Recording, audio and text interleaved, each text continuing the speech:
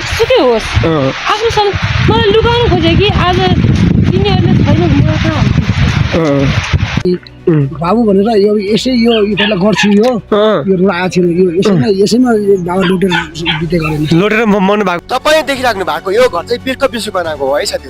नमस्कार मेरो दर्शकबिन श्रोताहरूलाई। सो आजको भिडियोमा तपाईँ देखाउन गएको छु बिर्ख विश्वकर्माको बुढी अथवा बिर्ख विश्वकर्मा श्रीमती र बिर्ख विश्वकर्माको गाउँको घर।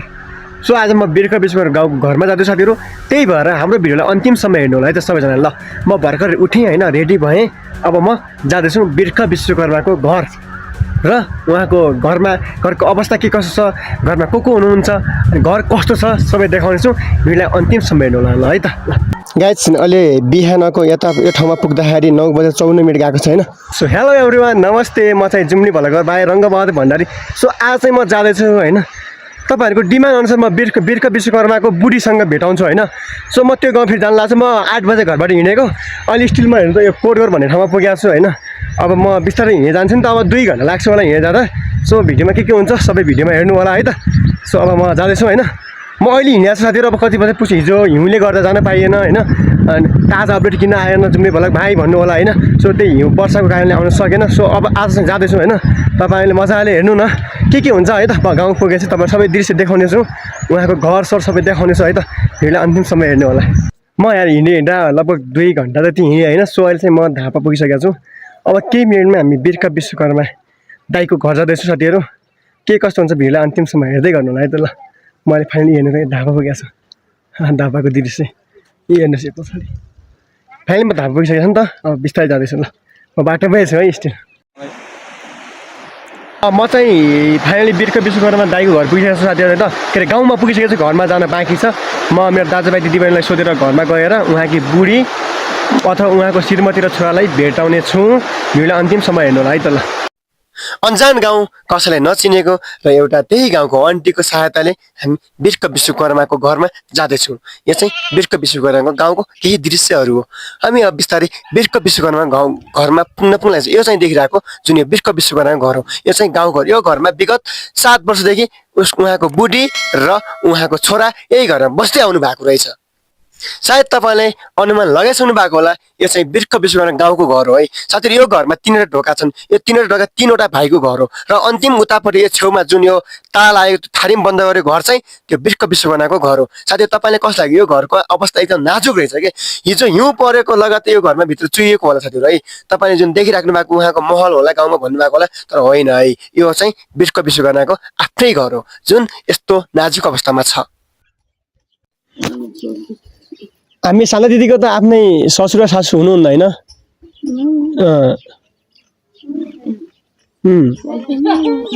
हाम्रो बिर्ख दाइको छिमेकी हुनुहुन्छ होइन। हाम्रो बिर्ख दाइको फ्यामिली परिवारमा कतिजना छन्, परिवार को हुनुहुन्छ, परिवार को छन्? हामी त्यही सानी दिदी र छोरा मात्रै हुन् है कि अरू पनि छन्? त्यो 2टा मात्रै है। अब कहाँ छैन अहिले, अब अहिले कहाँ छैन खै अहिले दे थाहा नै थाहा छैन। म अहिले 2 महिना भयो अहिले छैन अहिले है। हजुर अन्त यही चाहिँ बच्चा त बच्ची भएको छ, बच्चा त बच्चा भएको छ, तर अहिले यहाँ छ कि नै अब त्यो हुने त्यही छ कि अथवा यहीँ छ अब कहाँ पर्छ एकदम। ल दिदी भिनाहरू छन्, दिदी भिनाले परारै या धेरै वर्ष भयो दिदीले छोडेको दिदी सानकै अब त्यो टुक्को भएको मान्छे हो। टुक्को बिचारो गरिब दुखी 6 वर्षको टुक्को भएको हेर्नुहोस्। 6 वर्षको माया त अगाडि बितिकै छु, वर्ष दिन अगाडि बाबु भनेर यो यसै यो पहिला गर्छु यो आएको छैन यो यसैमा बाबा लुटेर बिते गरेन। लोटेर मर्नु भएको बिर्ख विश्वकर्मा दाइको बुवा लुटेर अब कति 2 दिन 3 दिन कति भएबाट बिते हेर्नुहोस् मर्नु भएको। त्यसो भए सुन्नु न, म तपाईँलाई एउटा सानो क्वेसन गरेँ। त्यहाँदेखि उहाँको परिवार मात्र एउटा श्रीमती, एउटा छोरा र आफू मात्र, 3 जना मात्र हुनुहुन्छ? 3 जना मात्र। ल धन्यवाद हजुर है। ल अरू हाक भएर के गर्ने, गाउँले भएर के हुन्छ त, गाउँले त केही गर्दैन, साग भएर पनि सागले पनि केही गर्दैन। अलिअलिसम्म बिचारा त्यति उहाँ अहिले यस्तो के म शान्त दिदीको अथवा सुन्दै बिर्ख दाइ घर हेरेर आएको घरको अवस्था नाजुक रहेछ क्या, सुइरहेको रहेछ यार। मान्छे छैन। अब तपाईँ के भन्ने, अब हामी पनि मिडियामा हामी सुनिरहेछौँ अब विश्वकर्माले अब यो गर्यो कसो कसो के गर्यो भन्ने कुराहरू छन्। त्यो खास गरी त्यो त्यस्तो विकल्प त होइन।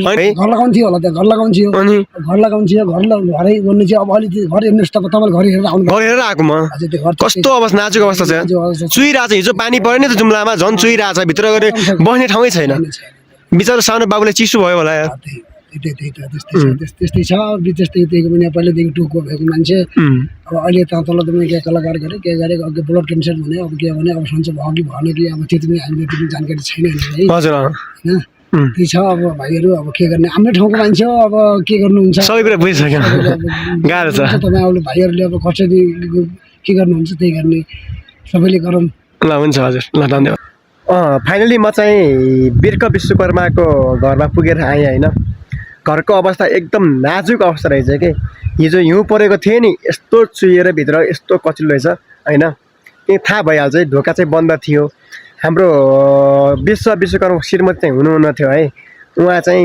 केही यस्तो रहेछ कि उहाँको अवस्था एकदम गाह्रो रहेछ उहाँको छोरालाई नि उहाँलाई चाहिँ बिर्ख विश्वकर्माले 1 रुपियाँ पनि सपोर्ट गरिरहन्छ है सहयोग गरेको रहेनछ अहिलेसम्म र उहाँ जे जस्तो अवस्थामा बस्नु भएको छ उहाँ आफ्नै माइतीको सपोर्ट लिएर गाउँलेको सपोर्टले उहाँ चाहिँ राम्रोसँग बसिसक्नुपर्छ म अहिले बिर्ख विश्व गाईको गाउँभन्दा पछाडिपट्टि छु अनि घर बन्द छ अनि बिर्ख विश्वकर्मा श्रीमती चाहिँ कारण कामको बसले मिटिङ गर्न नराकोट बजार जानु भएको छ अरे म यहीँ बस्छु है त केही समयसम्म पछि देखाउँछु तपाईँहरूलाई ठ्याक्क अहिले कति बजे भनेपछि म आएको तपाईँलाई थाहै छ होइन टाइमहरू अगाडि हेर्नु भएको छ फेरि ठ्याक्क अहिले टाइम एकछिन है साथीहरू कस्तो अँध्यारो हुँदै ल साथीहरू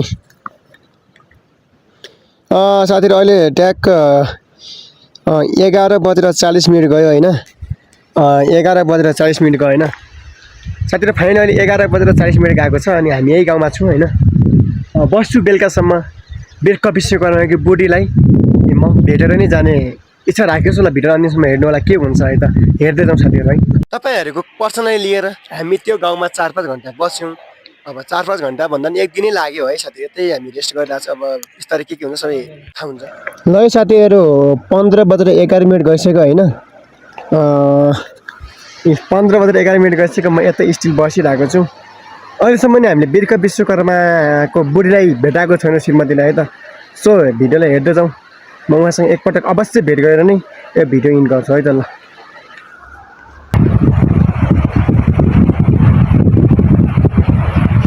शान्त दि यहाँ आउनु न एकछिन यहाँ आउनु न कुरा गर्नु छ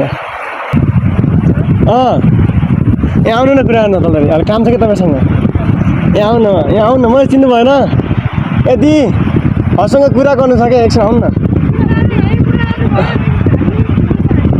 ए ल त्यसो सँगै जानु ढङ्नु दि यहाँ सुन्नु न तपाईँ बोल्न सक्नु न सुन्नु एकैछिन सुन्नु न सुन्नु न दि पहिला एउटा कुरा मात्र तपाईँले एउटा कुराको रिप्लाई दिनु भइहाल्यो ल सुन्नु त अहिले भिडियो भएको छ है दिदी एकैछिन ढङ्नु न ल भन्नु ल भन्नु गिराउनु खोजे गिरायो ठिक छ गिरायो मान्छे यस्तो हुन्छ कि गिराउनु आवश्यक छैन एकदम गिराउनु आवश्यक छैन कि त सपोर्टै नगर्नु पर्ने हो जेसुकै होस् आफूसँग मलाई लुकाउनु खोजे कि आज तिनीहरूले छैन म कहाँ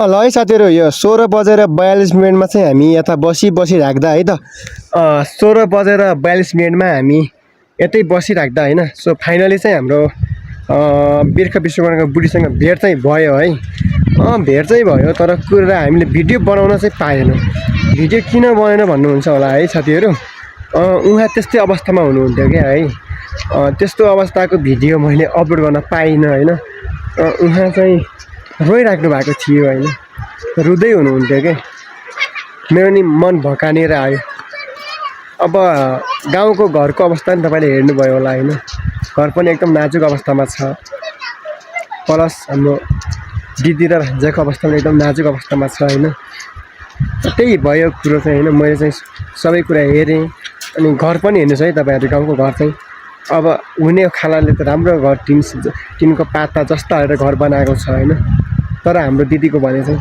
नाजुक अवस्था छ जुन पानी चुइन्छ क्या हिजो हिउँ परेन नि त हिउँ पर्दाखेरि नि पानी चुइरहेको छ ल तपाईँहरू आफै भन्नुहोस् न अनि हाम्रो दिदीको अवस्था गाउँघरमा एकदम नाजुक छ है साथीहरू त्यही भएर अवस्था एकदम गम्भीर छ त्यही भएर दिदीले पनि धेरै कुरा गर्न रुनुभयो क्या एक्कासी मैले ल है भिडियो बनाऊ भन्दा रुनुभयो कि रुनुभयो होइन अनि त्यही भएर नै मैले भिडियो उहाँसँग कुरा गरेको भिडियो हाल्न सकिनँ है मेरो पनि मन ढुङ्गाएको त होइन नि साथीहरू होइन त्यो उहाँ चाहिँ रुनुभयो होइन इमोसनल ब्ल्याकमेल गरेर भन्नुभयो होला भाइले त्यस्तो होइन क्या गाह्रो छ नि त यार होइन सिधै मैले दिदी म तपाईँको भिडियो बनाएँ के हो तपाईँको कुरा भन्न खोज्दाखेरि नै उहाँ रुनुभयो क्या उहाँ रोएर बोल्नै सक्नु भएन त्यही भएर नै मैले भिडियो नबनाएको है त म अहिले स्टिल त्यो गाउँमै छु हेर्नु त त्यो गाउँको ठ्याक्क आरिपट्टि छु त्यो गाउँको ठ्याक्क आरिपट्टि छु सो म यता भिडियो सुट गर्दैछु नि त साथै तपाईँले बुझिसक्नु भएको होला होइन हाम्रो बिर्ख विश्वकर्माको चाहिँ